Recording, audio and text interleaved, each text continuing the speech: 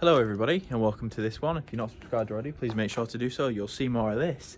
But in this video we have the annual MOT, which is the test in the UK to see if your car is not a death trap. So in this video I'm going to crap myself, I'm going to do that again, and I'm going to continue doing that until we get a result. So let's get to it. So there we are, let's have a look. It's looking alright, it's a bit corroded. I can't imagine that causing major failure though. Let's just stick my hand on it, see what happens. There is a bit of surface crap on there. Yeah, it's not really bad. Yeah, it's only surface. Pretty good. So, okay, that's one less thing to worry about. Now all on this side. Can't see. Oh no, that steering boot isn't looking good, but that's a fairly easy thing to fix.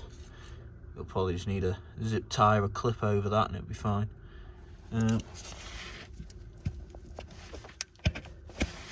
Could I just get a zip tie over that? I reckon I might give that a shot, see what it does.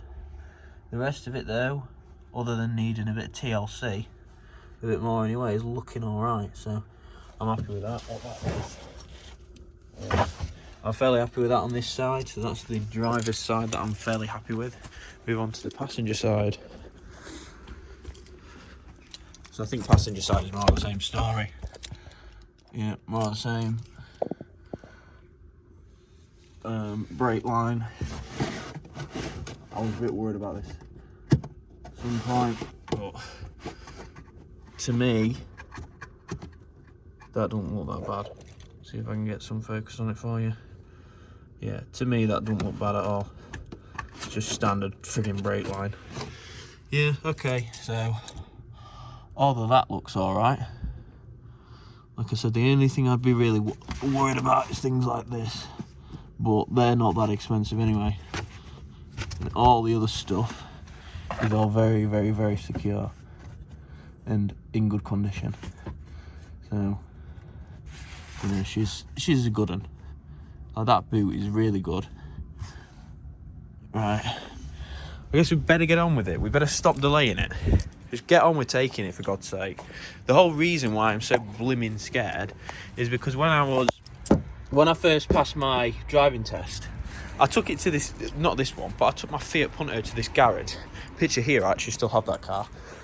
And the dude failed it on literally everything. And there was, I think personally there was nothing wrong with it besides a broken spring.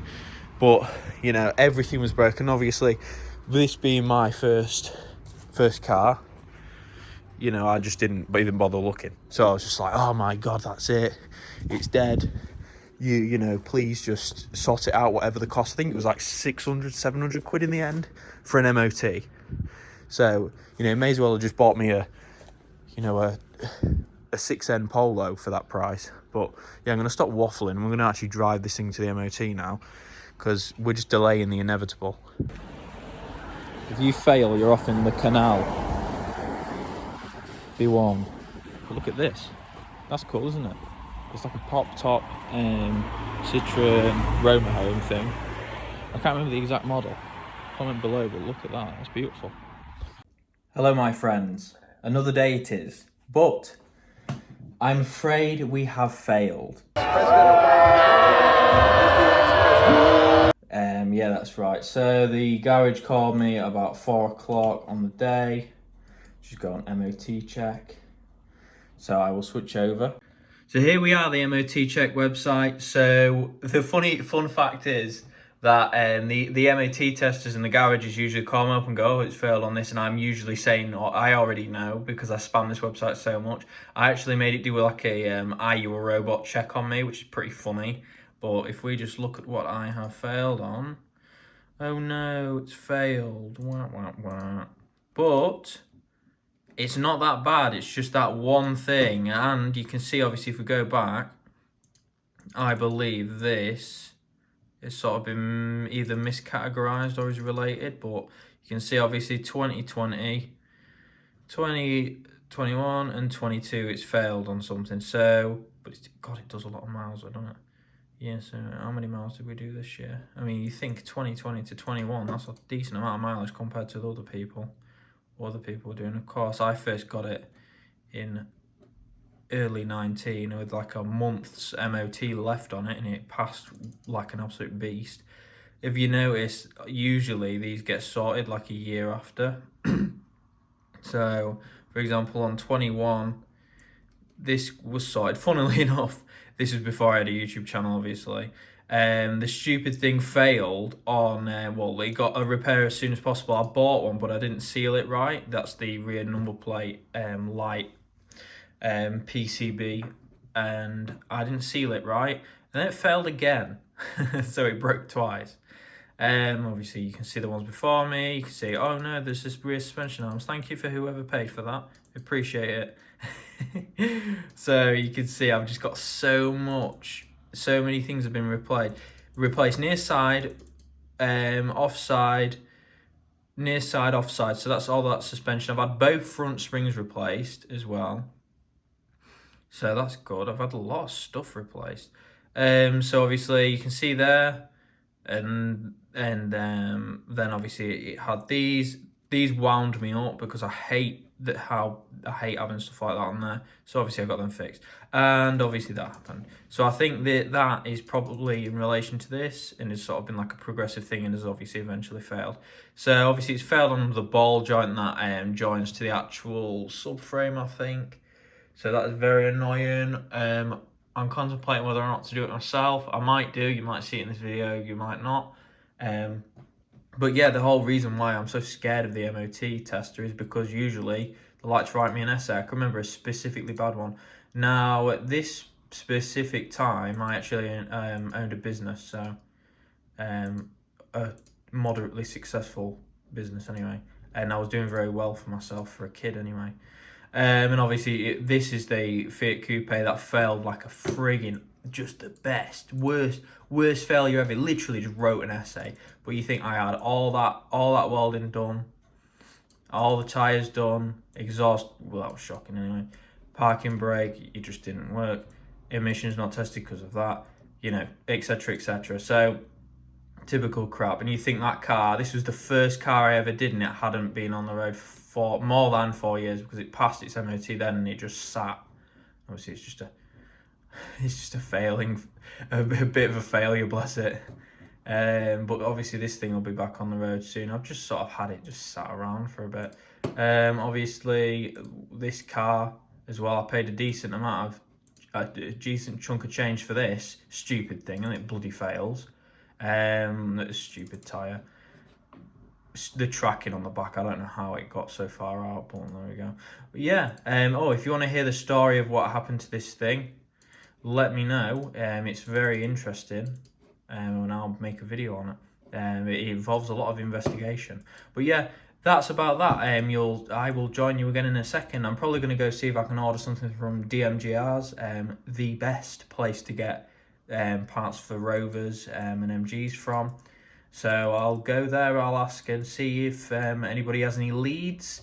I frequent this website. This is like my most visited website, checking MOT histories. And yeah, I'll see you in a second. Hello everybody, it is another day. Of course, the car has failed its MOT, which is very sad, I know, but here we are anyway. Big thank you to DMGRs again for providing quality components, because I have the lower arm for the side. So this could be quite embarrassing if I've got this wrong, but this is the way the boomerang goes in the car. So this goes to the, the subframe. That is a bush that mounts on the subframe as well. And then this obviously goes into the, I think it's the hub carrier. Anyway. It does a thing, it goes on the car, that's all we need to know. So I'm not going to fit this because I can't be bothered, and it is very cold. You can see by my Christmas tree that it is currently December, so, well, December 1st. So we're, yeah, it's very cold outside. And I know that sounds quite, but I really can't be bothered. For the sake of the hours labour this is going to take, may as well just get them to do it, and then they'll just retest it. A little bit less content, but less aggro for me. So the main reason why mine failed is this ball joint here. If I take the nylock nut off, take the cover off, good quality by the way that these come with covers, because you've removed these before you put them on the car. This here, it just completely, oh, the grease. This here had just completely started flobbering about, and there was a lot of play in it. So you shouldn't be able to move these at all, really, well, without a lot of force, which is obviously what I'm putting on this now. But yeah, so that's what is going to be replaced. I will take this to the garage, and that is that. Here she is, the failure. So of course this is the side she failed on. And I'm not asked, to be honest with you. It's not that hard to sort out. I'd be more annoyed if she started thingying up on the inside, but that is it from me. And I just need to get this battery and my pass so I can carry on with my life while she's getting sorted out. So obviously she's going to be here until, I think he said Tuesday. So I'll be here until Tuesday. Let's put a nice mat in. She'll be here until Tuesday. They'll sort that out for me. And then jobs are good on. 56 quid an hour, not bad. Not bad at all. Which is a lovely thing. And yeah, then that's another year on the books. So not exactly the result I expected, but needed to be done. And now she is very, very good. The MOT tester actually complimented how clean it was and how amazing it was to see one in this good a shape. So that's great. Good testament to this lovely thing. So thank you for watching. Keep watching. Remember to subscribe for more of this, but not more MOT failures, I hope. See you soon.